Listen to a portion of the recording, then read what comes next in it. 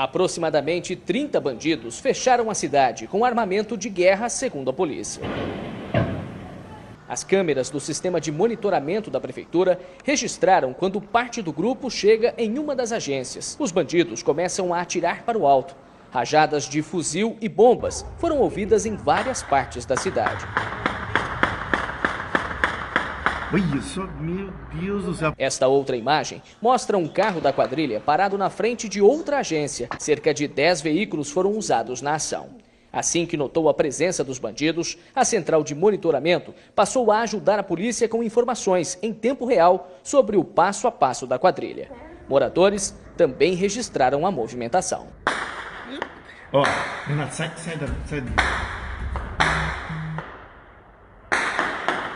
Nossa, eu estou tudo aqui perto. 2 horas da manhã começou aquele tiroteio e aí escutamos um tiro bem de fuzil assim e era disparo mesmo, parece que estava próximo 100 metros. Aí veio o desespero, ninguém dormiu mais, já chamei meu esposo, aí a gente só ficou vendo e carro ia até na esquina da minha casa, fazia o balão 3 vezes o mesmo carro. E então, os tiros não pararam? E os tiros não pararam. Então aquele carro a gente já ficou com medo. Dinamite, a gente escutou dinamite e alguns disparos bem sequentes, assim, a sequência dos tiros, um horror mesmo. Pessoas foram feitas reféns para dificultar a reação dos policiais. Esta base da Polícia Militar ficou destruída. Nas mãos do morador, uma amostra do poder de fogo da quadrilha, que também usou explosivos para arrombar esta agência bancária no centro da cidade. Estas imagens do circuito de segurança do banco mostram os bandidos entrando no local e preparando os equipamentos para o ataque.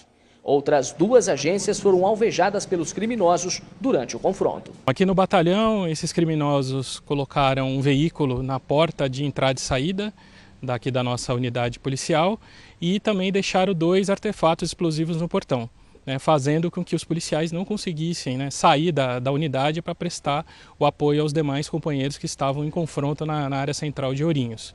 Até a chegada, evidentemente, do reforço, né, vindo de fora, esses criminosos acabaram saindo aqui do local, permitindo que os nossos policiais conseguissem fazer o reforço lá onde estava, evidentemente, ocorrendo o crime. A ação durou cerca de 3 horas. Segundo a Polícia Militar, os bandidos usaram até um drone para monitorar a movimentação da PM. 2 pessoas que foram feitas reféns ficaram feridas por estilhaços durante o tiroteio. Foram socorridas, já foram atendidas, estão liberadas e passam bem. Nenhum policial militar ficou ferido? Não, graças a Deus nenhum dos nossos policiais, né, está ferido, todos estão bem, graças a Deus. E como foi a fuga desses criminosos? Olha, esses criminosos eles se dividiram, né? Eles estavam em vários pequenos grupos, fazendo ações simultâneas, inclusive para tentar, né, conter a ação da Polícia Militar, e eles se dividiram em vários locais e acabaram fugindo também para várias direções. Na fuga, 4 explosivos foram abandonados pelos bandidos. O GAT, Grupo de Ações Táticas Especiais da capital, esteve aqui na cidade para recolher os explosivos. A ação foi especificamente em uma dessas agências, as outras, né, ocorreu danos, mas foi em razão do intenso confronto que houve ali na região, e é uma região de área bancária, os bancos próximos uns aos outros, mas o alvo específico foi em uma dessas agências bancárias. Nessa agência eles conseguiram arrombar o cofre principal, é isso? Sim, nós acreditamos que sim, né? Utilizaram explosivos e realmente conseguiram subtrair o dinheiro que ali se encontrava. E dando tiro para todo lado. Mas, Rodrigo, por que não chega quieto? Por que não tem que fazer o pampeiro todo? Que é justamente para dar o cartão de visitas à polícia. Quem está aqui é gente da pesada, né? Nossa Polícia Militar, nossa Polícia Civil, ambas têm armamento, né? Mas às vezes não estão com o efetivo à disposição, até porque sabemos que de fins de semana, né, muita gente pega folga. E os bandidos, para fazerem o que fizeram, o que eu disse não é exagero. A polícia tem ciência de que eles, inclusive, sabem quantos estarão de serviço na PM ou na Civil. Quantos são? O bandido sabe onde está o dinheiro, quanto de dinheiro, não vai saber. Ô, Rodrigo, não tem como. Não vai saber a escala de trabalho. Rapaz, capacidade de se mover, de se orientar, de se estruturar é muito grande. Nós não estamos lidando com um ladrãozinho de saiote de varal. Fernando Garcia, mais uma vez. Começamos, inclusive, falando disso, né? Fernando tem mais materiais a respeito dessa ação terrorista na cidade de Ourinhos, inclusive sobre o encontro dos veículos. Estavam num canavial ali, né, entre Canitá e Chavantes. Não muito longe de Ourinhos, né? Coisa do quê? De uns 30, 40 quilômetros? Essa área de canavial, Fernando? Mais ou menos. Mais ou menos, viu, Rodrigo? É ali, eles pegaram, desovaram esses carros justamente num local de baixa densidade demográfica. O que é isso? Tem pouquíssima gente perto.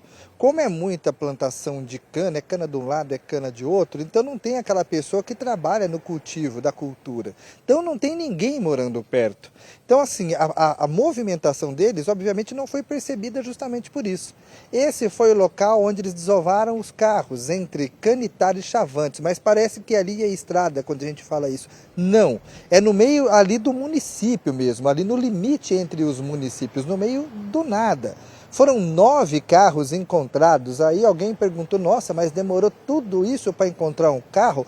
Está muito alta a cana, então a hora que você entra com tudo, com o carro no meio do canavial, as canas caem por cima e acabam escondendo os próprios veículos.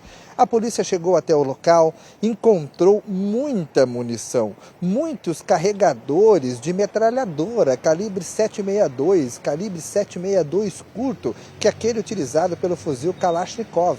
E também encontraram munição de pistola. Estavam armados, obviamente, até os dentes. Explosivos também foram encontrados. Aí entra em cena o GAT, o Grupo de Ações Táticas Especiais. Qual foi a atuação do GAT nessa manhã?